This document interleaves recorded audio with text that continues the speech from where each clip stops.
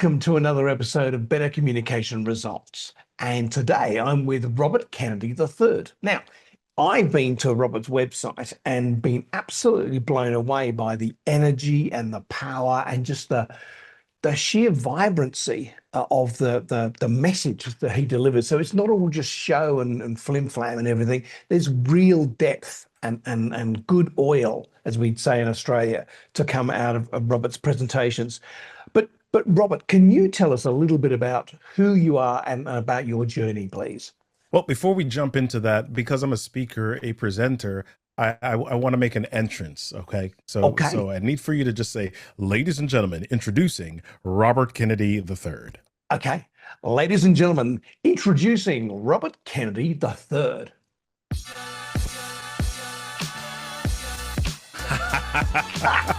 Oh yeah, we got to bring some people in.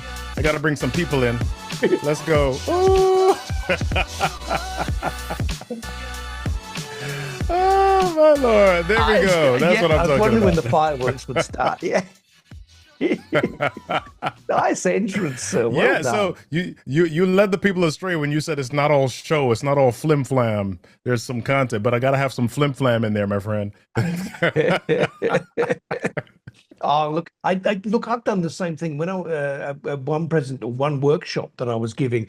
I bought a book, and you open up this book, and I was talking about how, social media has completely changed the conversation Yeah, platform. And I opened this book and flames popped out of it. It was just a book that I bought from a magic store, but it just like completely blew away the audience. They just were not expecting it. So I understand yeah. the showmanship side. So anyway, tell me a Yes, little bit sir. about Robert Kennedy III, the showman. Ah, the showman.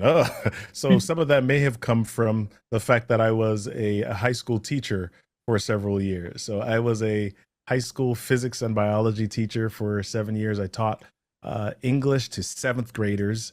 Never do that again for 1 year. And and I was also an online faculty for science faculty for an online university for a couple of years. So 10 years in the classroom, I would say, education wise. And then after that, moved into several phases or several versions, variations of business. I was a real estate agent for a little bit. I started an online e-learning company, an online course development company. While I was teaching, I had a online promotions company and then a web development company, and then finally landed in the space where I did leadership development training and communication training. And so that's where we are. I run a company now called Kinetic Communications, and we work with small business owners, small business leaders, showing them how to speak up, how to be more confident and compelling, both in person and on camera. Excellent. And the values and sort of like mission statement, I guess, of my business as well. And I totally understand that portfolio working idea in that, if you've got a brain that's very active, you can't just settle down and do one thing and that's your job. Your brain says, I've got to do several things, otherwise I'm going to get bored. And so yeah, Right. I understand that portfolio working well. Yep. Love it. Love it. Love it. Yeah. I mean, it was one of those things. I don't know if you've had this when you're young and they tell you you've got to choose this one thing and you got to choose this one thing for the rest of your life. And you're kind of like, oh, you might as well choke me, choke me, take away my breath right now. Yeah. So that was a very unsatisfactory part of life. But then I learned, hey, you don't have to choose one thing. You do have to do something. You gotta survive. You gotta bring some money in. But there are various ways that you can do that, and each of us has unique gifts, skills, and talents that we get to use in order to generate that.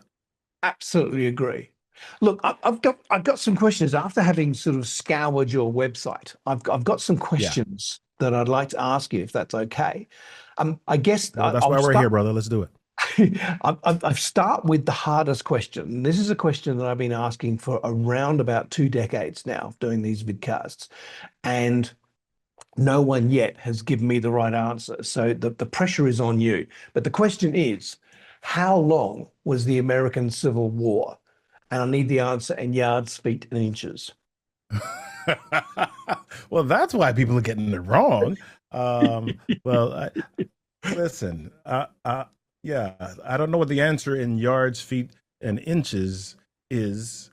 I don't even know what the answer is properly in years. In years, I would say it's about what 4 years or something like that. I don't know.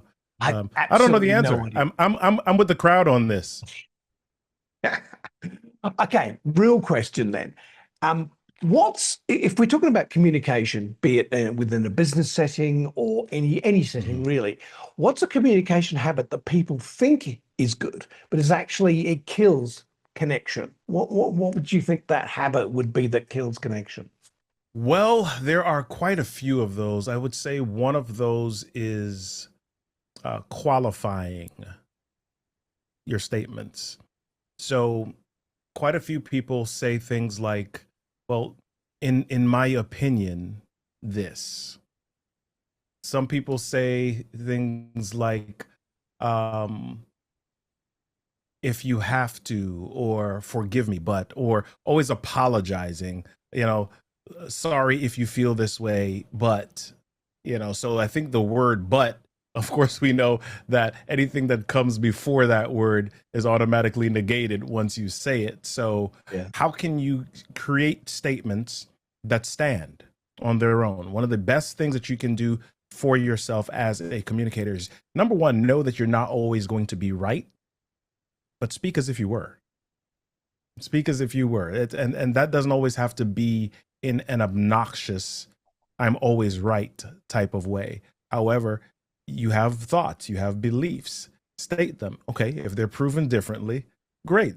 Then be humble. Let's say, okay, yep, that was not the correct thing. Let's go back to the drawing board, study it a little bit more, and get some new data, get some new facts. But qualifying doesn't actually create the power that we think it does. And actually, it what it does is it creates a statement, and then now you've softened it in some way or created a distance from that statement. So Yeah, totally agree. I mean, it's just like a lesson. I mean, I'm in my 60s and I learned a valuable lesson yesterday was that mhm, you can over explain. And that creates, yeah, rather than you think you're getting closer because you're explaining, in fact, you're pushing them mhm, away because you're just setting up a whole lot of little flags in their head going, yeah, no, it's kind of like, as you said earlier, the but thing, everything before the but is negated. And this yeah. constant over explaining just kills connection rather than helps it. Imagine going to a doctor and you ask the doctor what is wrong with you and what you should do. And the doctor goes through and explains and says, yeah, I think you should go through surgery. First of all, I think you should go through surgery. And it's the best way to get through this, in my opinion. Okay. Yeah. Do I just want your opinion, doc, or do I want to be feel hopeful in the moment? Do I want to be do I want to know that you are the expert in this moment?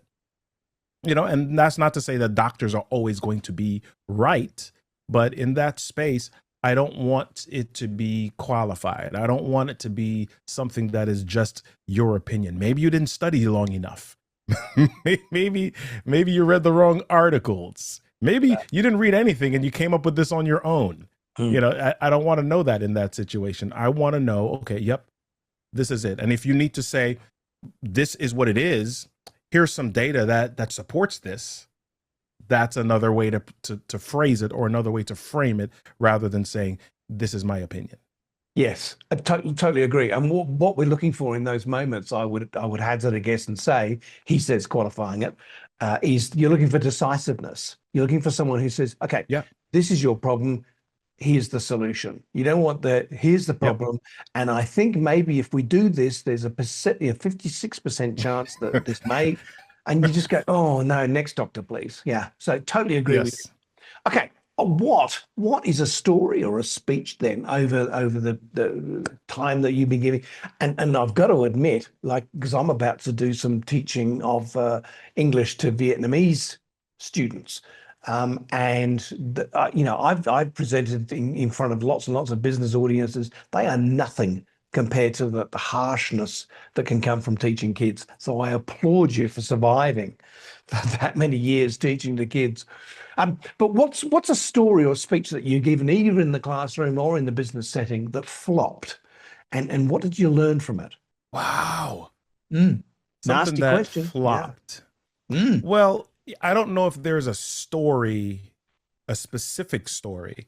I do remember a scenario where I was doing a keynote actually for a parks and recreation department. There were about 450, 500 people in the audience. It was at a ballroom at a hotel. And it was early in my speaking career. I set everything up. I had the number of slides. And in my mind, if I'm doing a keynote, I would try to map it out and say, about 40 slides should get me through an hour. And so I built this talk, and I was about 10 minutes done and already at slide 28. And so I stood up there and I'm in the middle of the talk freaking out a little bit because I'm saying, oh my gosh, we've got another 45 minutes left and I'm running out of stuff to talk about.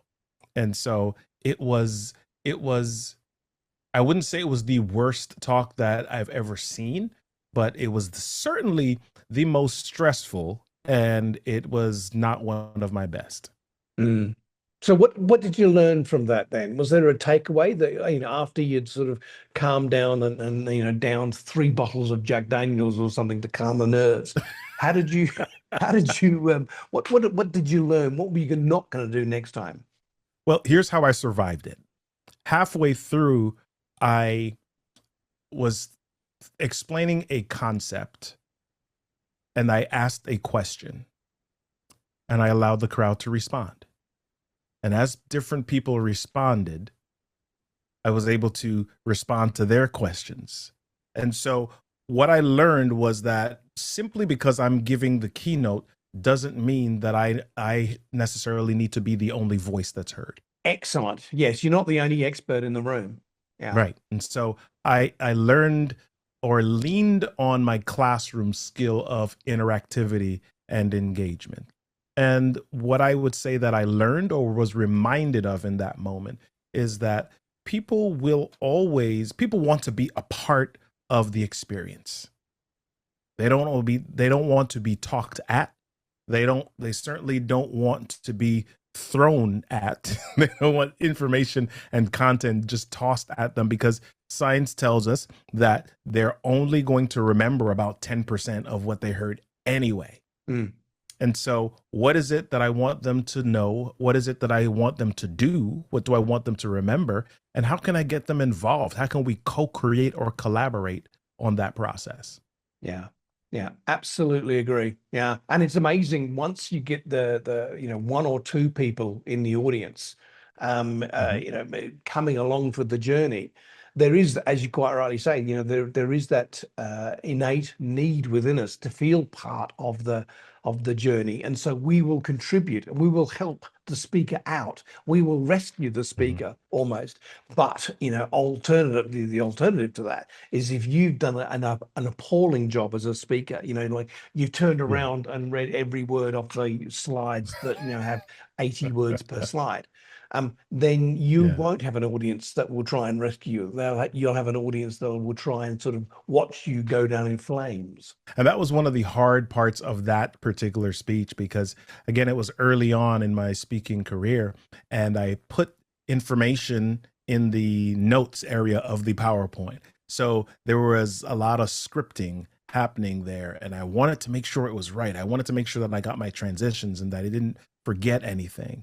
And so I was going according to a script rather than going according to my heart or what the audience needed. And so as I teach people about public speaking now, I start to say, okay, rather than trying to memorize an entire speech, right? Rather than trying to memorize 60 minutes of content, how can you become the information? How can you become the talk? How can you stand in the middle of it and allow it to just emanate from you? Is there a story? Is there an experience that you can tell? Because the best stories are not the ones that are read. Yeah, the bedtime stories that you heard as a child are good stories, but they were only good because of the way, the experience, the emotion, the excitement, the intonations that your parents put into it. So you could visually in your brain see the story taking place. There was a video playing in your brain because of the scary voices or because of the happy voices that mommy or daddy used in the storytelling. So on a stage, are you reading the experience or reading the story to people, or are you sharing or inviting them to the experience? Yeah, totally agree. Invite them to the experience by reliving it and adding color and adding color words and sensual words. And when I Yeah. say sensual, I don't mean sexual is kind of the what people default to, but sensual as in what did you smell? What did you hear? What was the color of it? Was it flat? Was it hilly? Was it mountainous? Did it turn left? Did it turn right? Was it blue? Was it light blue? Was it burnt sienna? Was it sepia? What was the experience like so that they can be in the moment with you? Absolutely agree. Yeah, the more and yes, you can get over flowery with the descriptors, but yes, if you can wend some of those descriptive sensual words in, it just creates Mhm. these pictures in people's minds, as you quite rightly point out, that just help them memorize um, and Yeah. help them see the picture you're trying to create. But I think another to add on to that, another interesting skill that needs to be maybe developed from the early days of someone's speaking career is the ability to be able to read the room. Because if you can just walk Yeah. into a room and um, feel if your audience is going with you or not, or feel if you've just like left them behind or whatever, you can adjust your presentation accordingly. But if you just go out there and turn your back on the audience and read the slides, it just no, not good. I mean, your views? Yeah. I full agreement. Full agreement. I don't want people to look at the slides because again, your job is not just to transfer information. Your job is to create transformation, Mm, right? And so I want people to step inside of the experience. And I do that by inviting them. And one of the best ways for me to invite them is by asking them a question and not just a yes or no question, but a question that allows their mind to start flipping through its mental Rolodex of experiences, yeah. saying, hey, did I experience that? Do I want to experience that? Have I experienced that previously? How did I feel about it? Do I want to experience that again? Mm, yeah. Right. To- So I've got a framework that I share with a lot of public speaking clients called the EASE framework, which stands for energy, ask, story, explain. I say deliver it forwards, but create it backwards. yeah. So how do you create it backwards? You start with the explain. What's the point that I want them to know? What is the lesson that I want them to learn? Is there a story about that lesson or point that I can share? Okay. Once I have that explanation, once I have that lesson and that story, what is a question that I can ask that leads them into that story? Mm, Then before I ask the question, or how do I formulate the question? What is the energy that I want to create in the room? Do I want it to be exciting, or do I want it to be calm and reflective? Do I just want them to be thoughtful, serene, meditative? That dictates the question, the type of question, the style of question that I ask, as well as the delivery of the question. So if I can master that simple framework, which takes less than 5 minutes to craft or create, then I can create a journey that I take my audience on. And it's not just me chucking data points at them the entire time. yeah. Totally. All right then. Then how do you know? You're in a room, you're reading the room well. At what point do you go, I'm just about to share this particular bit of information, story, concept When does your internal filter kick in and go, oh, hang on a second, no, this is not the right room for that? How do you know that? How do you know when you shouldn't share a story? I don't know that that is an on the spot decision. Some of us have the skill set to make those decisions on the spot, and that typically comes over time. However, I would recommend that anyone that is speaking to any audience do a little bit of reconnaissance, do a little bit of research beforehand. So, for example, anytime that I'm delivering a keynote, I don't just say, "Yep, I'm coming," and then I walk on stage. I have a pre-brief. I have meetings where I ask several questions. First of all, I ask, what would make this a success for you? What do you want the audience to experience or feel during this? Okay, tell me a little bit more about them. What are their challenges? Okay, what is a question that everybody in this space is asking right now? What's going on in their world? Right? And because I have this data, I have this information, I feel like I know them a bit before I walk in. So the decisions that I make are not surprise decisions to me. This is not a, oh my gosh, I shouldn't have told, I'm in front of a bunch of engineers. Why did I tell the story, the retail story? Yeah. Right? Yeah. I have that information prior to. And so if anything, I should have several engineering stories, and my decision should be, okay, which engineering story do I tell? Which story that leans into the more organized or logical way of thinking can I tell? I think it'd be the equivalent of telling the drunken weekend in Las Vegas story to a meeting of the Temperance Union. Yes. Shit, Well, I probably mean, wouldn't. the drunken weekend might actually be a good story because it's a contrast. It Oh, tells you what not to do. yes, yes. I hadn't thought of it that way. Yeah. Yeah. Yeah. Um, But I get told quite a bit before what type of audience it is. I spoke a couple of years ago for this conference, and the organizer said to me, "Hey, these are CFOs, these are financial professionals, these are chief financial officers. They're very rigid, they're very logical, they think this way." Right. And so I walked in with that information. Of course, Robert being Robert, I wanted to break them a little bit. I didn't want them to be just rigid. I yeah. wanted them to come out of their shell a little bit. And so I did some Robert stuff. But I also knew that I was only going to push them a certain amount. Mhm. Because if I push them too far, they kind of tune out at that point because they say, this guy doesn't know us. He doesn't understand who we are. I mean, I'm already scared. I'm already a little bit out of my comfort zone.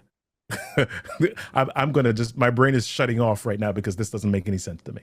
Yeah, yeah, yeah, totally, totally. Yeah. Um, you we've talked about getting up there and presenting and telling a story and taking an audience along with you on that journey. Mm-hmm. Of all the stories that whether in the classroom or whether in the professional speaking circuit, what's the most surprising outcome that you've had? The outcome you just thought, where did that come from? From me or from the audience? No, well, either. What have they come up with something that's different, or have you suddenly gone, "Wow, I didn't expect them to do that," or to have that sort of reaction? What sort of surprise outcome have you experienced?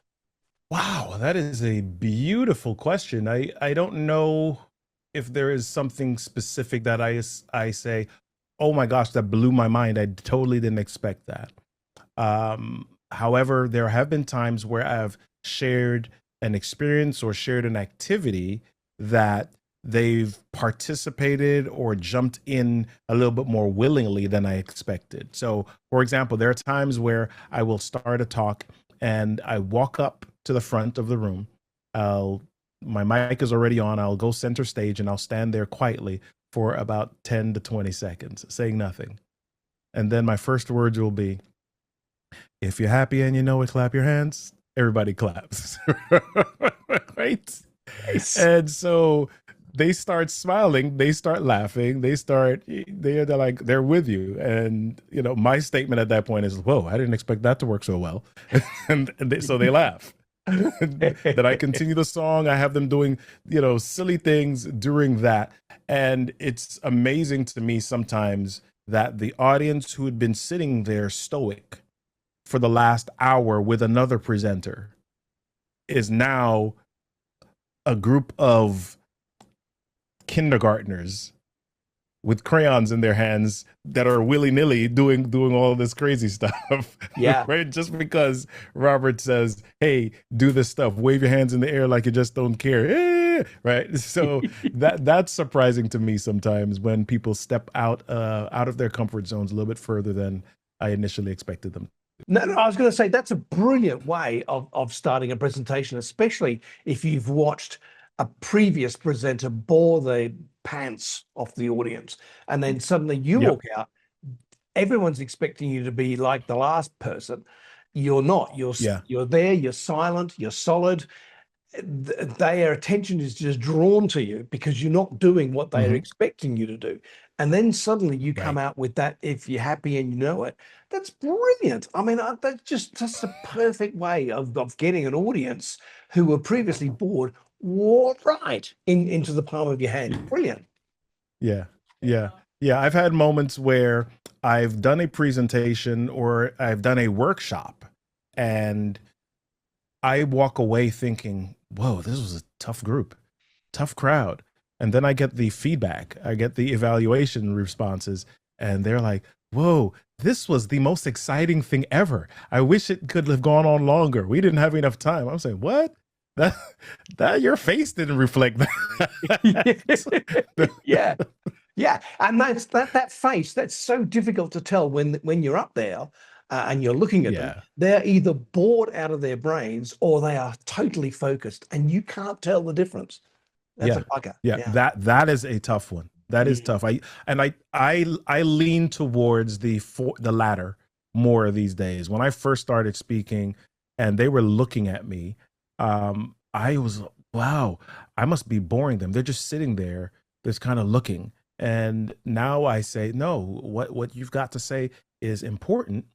And they're tuned in, they're locked in, they're focused. They want to hear what's next, not just because you're giving information that's golden, good, or groundbreaking, but because you've set this up as an experience where they're seeing themselves. Yeah.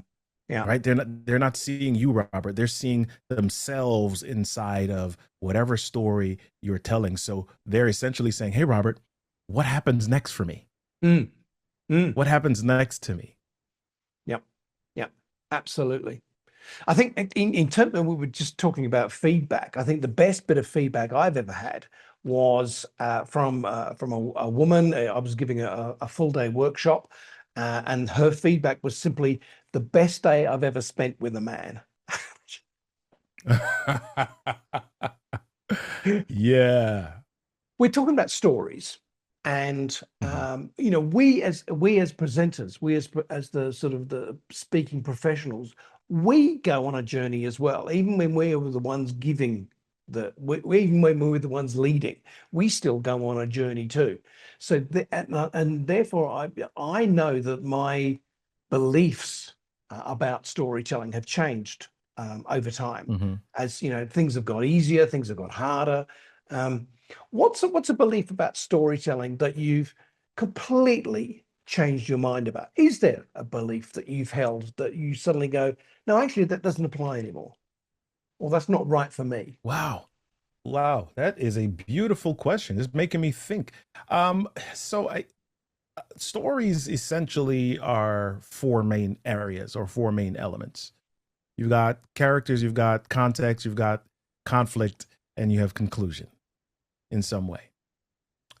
I suppose there were times where I thought that stories had to be told a specific way, or all of those elements had to be explicitly addressed.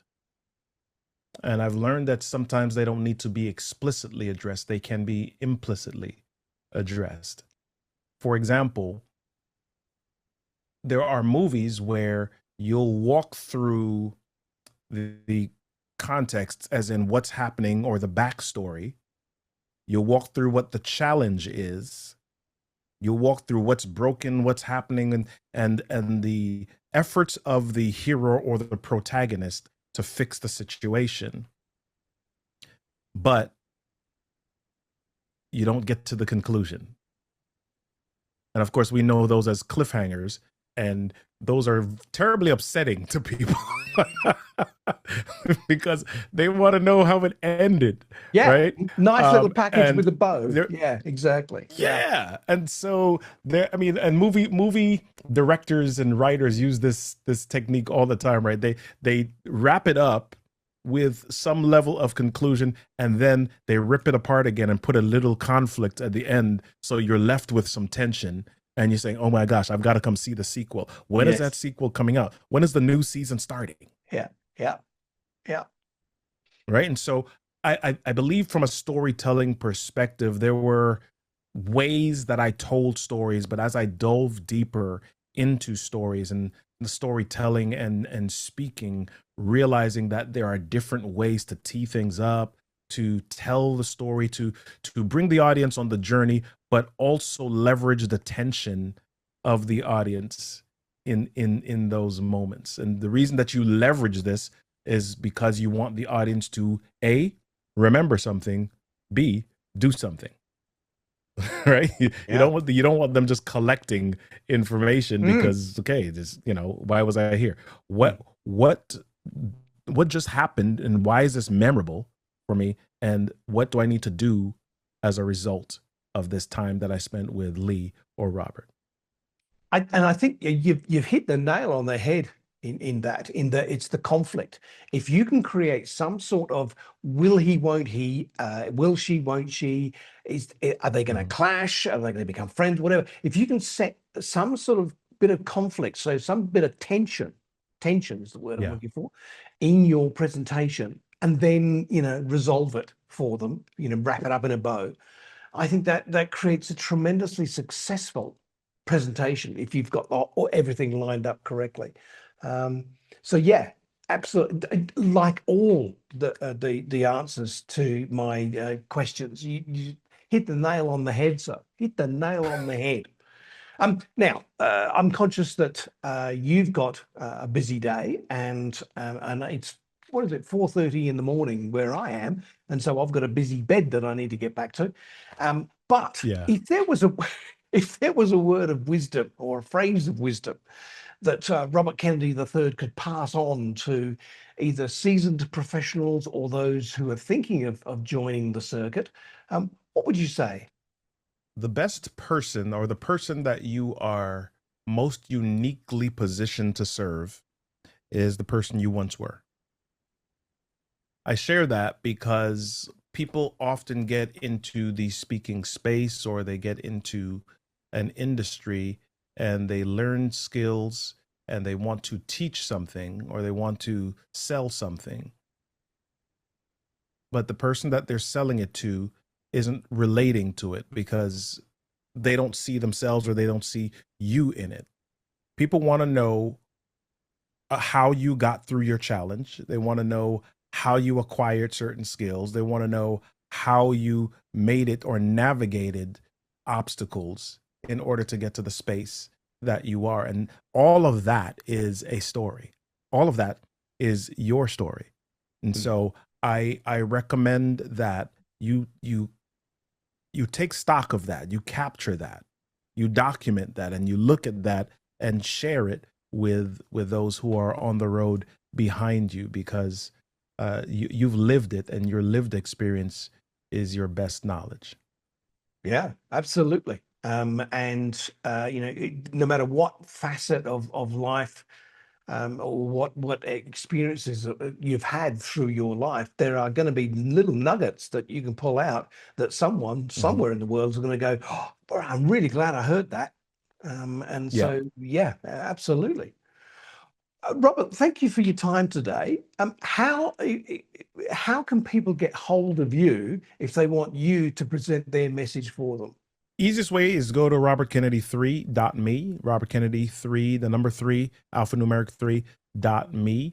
You'll be able to find my speaker website link there, my training company website link there, and you'll also see my programs page that shares with you any of the programs that we have got happening. For example, we have a course called Keeping It Real, How to Show Up as Your Most Confident and Authentic Self on Camera, that is on that programs page. And so that's the easiest way to reach out to me. Also, Robert Kennedy 3 on all social media platforms, except for TikTok.